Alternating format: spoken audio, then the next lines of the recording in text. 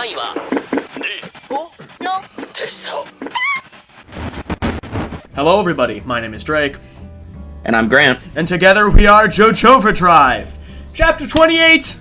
It's here. It's the JOJOLands, and we've got some pretty interesting lore in this chapter to cover. We got the main villain revealed. The main villain is here for JOJOLands. It's Jesus Christ, but we'll talk about that in a minute. If you love Jesus, like and subscribe. If you love Jesus Christ. Tell us your favorite Bible quote in the comments comments below. Tell us your favorite verse of all time. Sorry that this video is a tad bit late. These chapters always come out at like the worst times for us. But yeah. If you want to keep up with any other stuff in the future, follow the Twitter. It's in the description. Follow it. If you followed the Twitter, you would know this video was coming out on this day. You would know it. You would know it. Anyways, let's get into the lore-heavy chapter, starting off with not the lore stuff first. So it's described from Jodio's perspective in this, like, beginning chunk, that it seems like the ability puts pressure, like, in between stuff, in the form of, like, these hands, is what he specifically describes. Yeah, like a cluster of objects, basically. Yeah, basically, it's kind of like how D4C, like, if you go in between the space of two objects, it would teleport you, but instead, if you're, like, in between two things, it hurts you a lot. Yeah, we don't get the name of it this chapter. Yeah, still no name. It seems like a lot of these names are just never going to be actually said, and they're just going to be in the volume releases, which is fine, but it's kind of a bummer. The first chapter made me think we were going to get the names like when they were first introduced, and he kind of just gave up that after the first chapter. First chapter gave us a whole double page dedicated to showing each of the stands and their names, and then after that point, it's been... Because we literally have... Cat Size was a volume release, the last two, Ningbo's and I think like almost every Glory Days I think was in actually. Yes, he said Glory. I swear to God. Yeah. I don't. Was Bags Groove? I think it was at least a chapter title, at least. But yeah, it was. Yeah, but we've had 3 this part so far where they're not even set in story at all. So I'm kind of hoping that Key West mentions it. If this is Key West's stand, which I'm 99.9% sure this is, but hey, he could throw us a curveball at any moment. Yeah. It's still I think it's a pretty good stand design. I like the face is kind of funny. It's not like I kind of want to see if in the future it has like a physical form and it isn't just a part of like the walls, but at the same time there's some novelty in it just being like a part of the suitcases or whatever else it's gonna be a part of. Yeah, it's fun. It's fun stuff. Seeing November Rain is always fun. It's been a hot second. Jodio's been kind of ignored this previous fight, which is fine. It gave other characters the spotlight in fights. Time to shine, yeah. But I was glad to see it back here, and it's kind of funny because both of the stands here kind of have to do with force. Yeah, so it's almost like unstoppable force versus a movable object. Yeah. The arms jetting out of like the suitcases and the walls are very like visually similar to all the raindrops like flying by. So. It's kind of a fun way. They both shoot beams at each other and they hurt each other. So it's cool. It's a fun dynamic. I liked there's this one panel of there's a bunch of November Rain like bullets, quote unquote, going through the suitcases. They're really strong. We haven't really tested like the limits of November Rain's power, but it seems very, very strong. It's pierced through there's not been something that can really, really stop it. I think there was like maybe one. It's been so long at this point since we've seen November Rain truly in action. I'm not entirely sure of what its like weaknesses are, like what's the limit of what it can pierce through. But hey, it's probably some stand BS, spin BS that like powers it with the power of infinity, and we'll find out in chapter 200. We'll see. We'll figure that out. Charming Man has been in the form of this banker, freaking Joshu banker, for so long at this point. Like 5 chapters now. It's been like 5 chapters. I'm gonna need like a pie chart of how much time Charming Man has spent as Charming Man compared to not, because it's slowly getting wider and wider. It's pretty cool though. I like having a shapeshifter on the team. It's pretty fun. I've mentioned this before, but I'm still super curious of whether or not his voice changes. As I would assume so. Yeah. Of course, but we haven't had a character meet him who knows who he's. That's true. That's true. Disguised as, you know. Yeah. So. Well, no.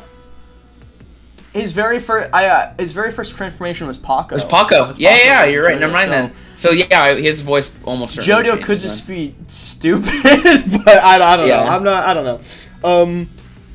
I guess we'll have to see. We'll wait until 2020. Not 2020. I was trying to think of like a year far in the future, and I started saying 2020s. But no, that's not. We're in the mid. JOJOLands is going to be in the 2030s. 2030s, maybe even 2040, depending on how things go. I hope not.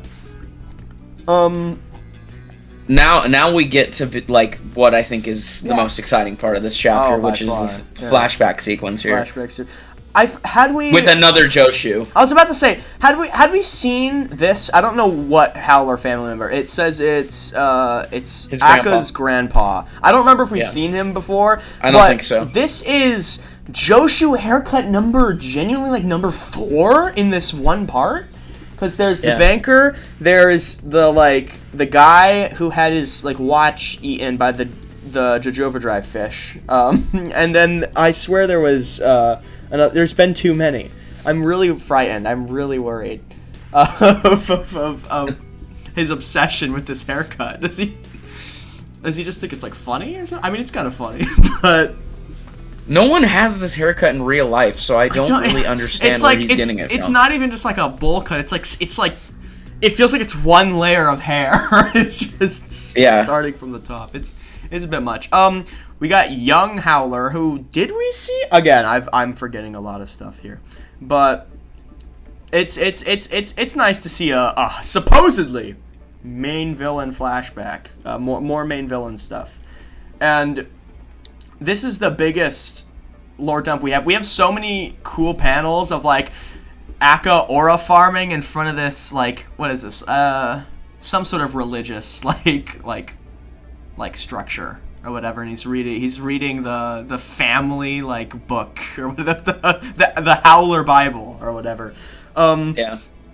I am so happy he randomly dropped this villain backstory in the middle of the Key West fight, which is maybe he'll be more involved in the fight than we thought. But it was kind of jarring, honestly. I thought it just cut from one page to that page without really much notice or whatever. So a little jarring. I assumed it would be just the Key West fight this chapter. I assumed we were getting an action chapter.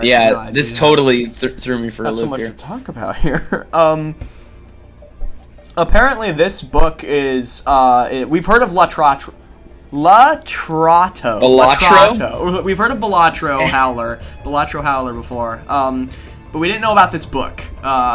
It's his which very heavily reminded me of Dio's diary. Oh yes, that's this. Yeah, this is very Stone Ocean. Huge connect. This whole segment is very Stone Ocean. Yep. It reminded me of Dio's diary that Pucci had to recover from Jotaro's memories. In the way that it has instructions on including the new moon and everything, and it has these esoteric not sort of riddles, but it's the kind of stuff that Dio was mentioning higher concepts that people shouldn't that he had to figure out over the course of spending 100 years in a coffin. And we have this interesting poem or it's not poem, it's just it's some weird riddle, I guess. It's God expresses all of this world through numbers, the footprint of the lightning, all the super cool prose. Also, I'm gonna say they specifically use the word flow here, which going back to part 8 is what they kind of used for gravity and all that stuff. Yeah. So that is a pretty big callback here, and new moon. Yeah, I think the line "God expresses all this world with numbers" is extremely fascinating to me. It's pretty obvious this is also referencing back to the whole golden ratio thing too. Yeah, that's what I would say. It's because the golden ratio is literally just a mathematical not formula. I don't know. It's a ratio. That's what it is. Because this part has felt very separate so far, but this is kind of where we're tying things back together. And then if you think about that in terms of like money being like value and the lava rock affects numbers, maybe the lava rock has other sort of like mathematical like kind of manipulative properties. Like maybe it could help you get spin or something later down the line. Maybe something like that. It's just a very interesting world building to kind of connect part 7 lore and part 9 lore and all that stuff. It talks about the lava rocks, and it seems like from what I'm trying to understand, or at least what Araki is presenting to us as Acca's theory, at least, is that the lightning strike, because just looking at these panels here, the lightning strikes the rock that either created this cross, or the cross was taken from that lightning-stricken rock, and then it projects it out in different directions, because we literally see the cross and arrows coming out of it, and then they hit a rock, and then the arrows circle around the rock. So I'm assuming this cross is like a conduit that takes the lightning power, and it distributes it into the lava rock. Which is not how I thought. My theory originally was like this was like Holy Corpse shenanigans. Which I totally thought the Holy Corpse had somehow on the return trip from Japan, because Hawaii is in the middle of Japan and the U.S. I figured, somehow maybe the ship crashes into the island or whatever, like that, and then the Holy Corpse just gets lost from the Speedwagon Foundation. But as far as we know, it doesn't look like it. I'm guessing that the whole deal with the lightning is that lightning is like a completely, like, not completely, but mostly random event, so it's like, and it's like energy from the heavens. Yeah, exactly. It's very, very interesting and cool lore that he's doing here. Very, very part 7. Like, I feel. Yeah, people are mentioning this, but anytime Araki brings up like religious stuff in JoJo, it's kind of just like a cheat code. Yeah. Honestly. Yeah. It just makes it 100 times cooler. It increases the aura like tenfold. It's actually crazy. He does a really good job with that. A very cool aspect of Acca's characterization that I really liked here is the panels where he's like, "Am I falling?" and he's in front of like the cross and everything. It's we mentioned this before, and this is continuing to reinforce this theme, but usually in a JoJo part, the villain is like stays at a high point, and then like he's kind of stays there until the hero eventually surpasses that high point, and then he like loses. But here he's already like done. He's already down. He already had like a fall in the beginning. Like he was it seemed like he was destined to fall, like from the very beginning. Like he was always on this downward Do you think spiral. this whole like lightning and rock stuff is gonna be what activates Acca's stand, where he can like see it finally? Maybe he does already see it, but we don't know for sure. But yeah, because he's only having this revelation about the crucifix like now in the present. Like it jumps from the past flashback into the present, and he's looking at the crucifix, and he takes like a whole page to like investigate it and look through the book and everything. So this could be the way he develops it. And I think it's really interesting how, unless I'm misremembering this, his stand was very like sandy. It was very like rocky or something like that. I remember because it was like there's like. It also didn't even look like it had like legs or whatever. Yeah, it was like coming out of the ground or something. And now we have this device that like comes from like the earth, and it's a relic of his family. And we know that stands are like not literally passed down from person to person like the stand itself, but just in general, stands are kind of a generational family thing. So this could imply maybe his ancestors had stands too, and this is kind of related to that. There's a lot of directions you can go with this. That's why it's super, super interesting. The most interesting lore development of this part so far is happening right now. Actually crazy. Yeah. And also, of course, still, this is all connected with Gyro because he's related to Gyro. Definitely. I feel like we have such a wider picture of his family tree that he couldn't be related to Gyro, but I really all this connection to numbers His and spin and grandpa's stuff. his grandpa is Gyro's like nephew or something. Yeah, come on. He had a big family. Even if Gyro didn't have any kids, someone else can. Sure. I ain't giving up this theory until it's over. Until I see the end, I ain't giving it up. It's gonna be like the other ultimate chapter. Element or elephant in the room we have to discuss is yet again our favorite thing to talk about, which is the first chapter. We couldn't have beat it no matter how many people we had thing. Yes. Is that relating to the Jesus like lightning stuff? I'm gonna like whenever cope, that goes I'm gonna down. cope Was a that an little bit. insane foreshadowing to I'm for gonna this? cope a tiny bit.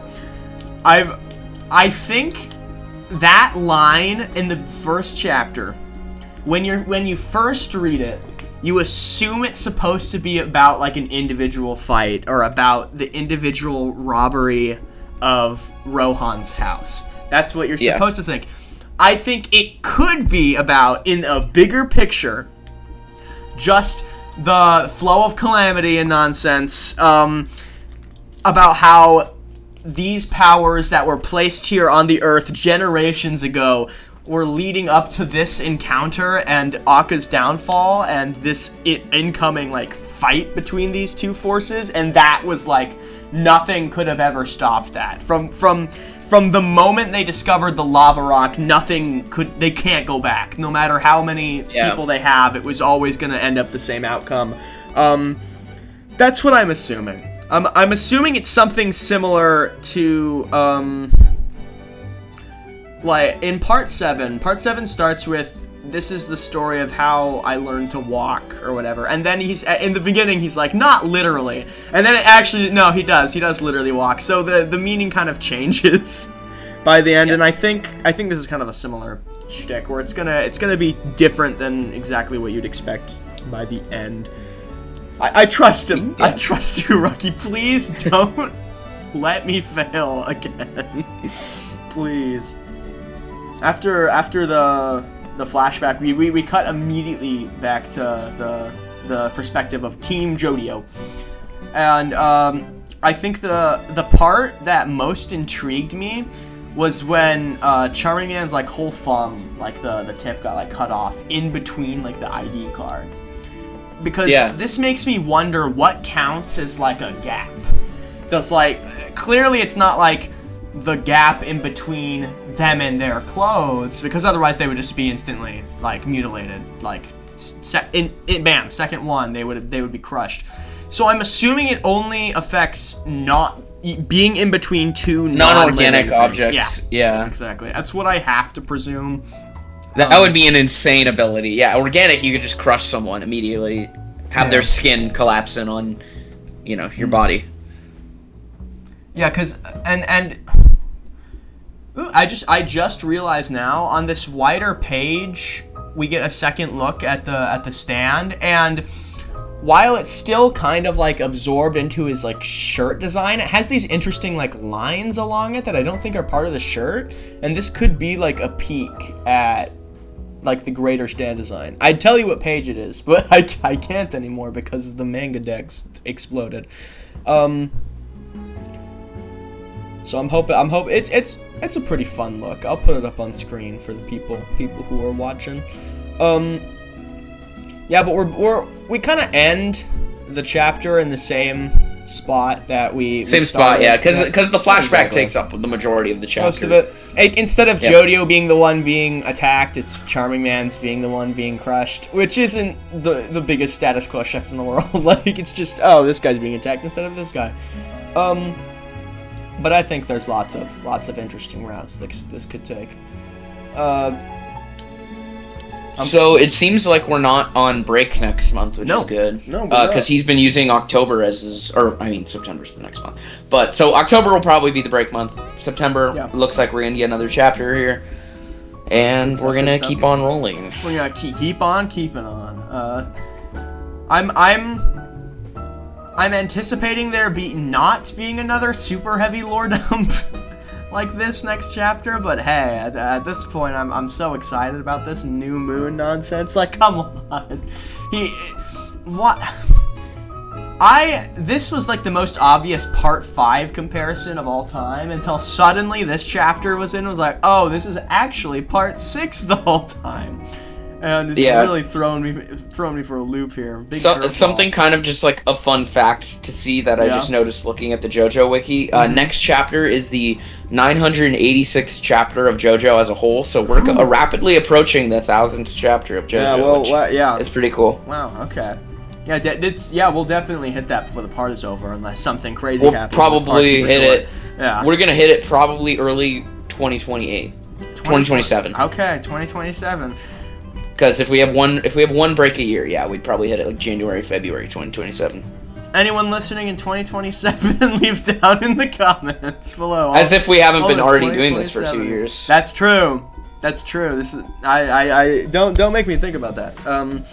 It's been a good 2 years. Good JoJo part so far. Good stuff. Yeah, best JoJo part so far. Maybe we'll have. See, if we were like other YouTubers, all of our titles would say best JoJo part yet. Best JoJo. I'm gonna start renaming all the previous titles, and they're gonna be like, is this the height of JoJo ever? And then I'll have a big red arrow. Wonder of You returns? I'll have a big red arrow pointing at Wonder of You, and it's in arrow. Or just main villain stand shown? Main villain stand shown off? Whoa, that's crazy. And it's pointing at like White Snake or something. That's what I'm gonna do. Yeah, that's what I'll do. Alright. Thank you everybody who's still here. Be sure to do the YouTube stuffs and the YouTube things, and we'll be seeing you next month for the Steel Ball Run thing, actually. Yeah. More important. And that'll be after, though. That's later. Yeah. So that'll be next month. We'll do a chapter review and we'll do a video talking about whatever's real. Probably, I would bet, a trailer for Steel Ball Run. So if this chapter made you quit JoJoLands because of how trash it was, you still have Steel Ball Run to be excited for next month. So do not fret. Do not fret, JoJoLands haters. All right, everybody. This has been JoJo Overdrive. Signing off.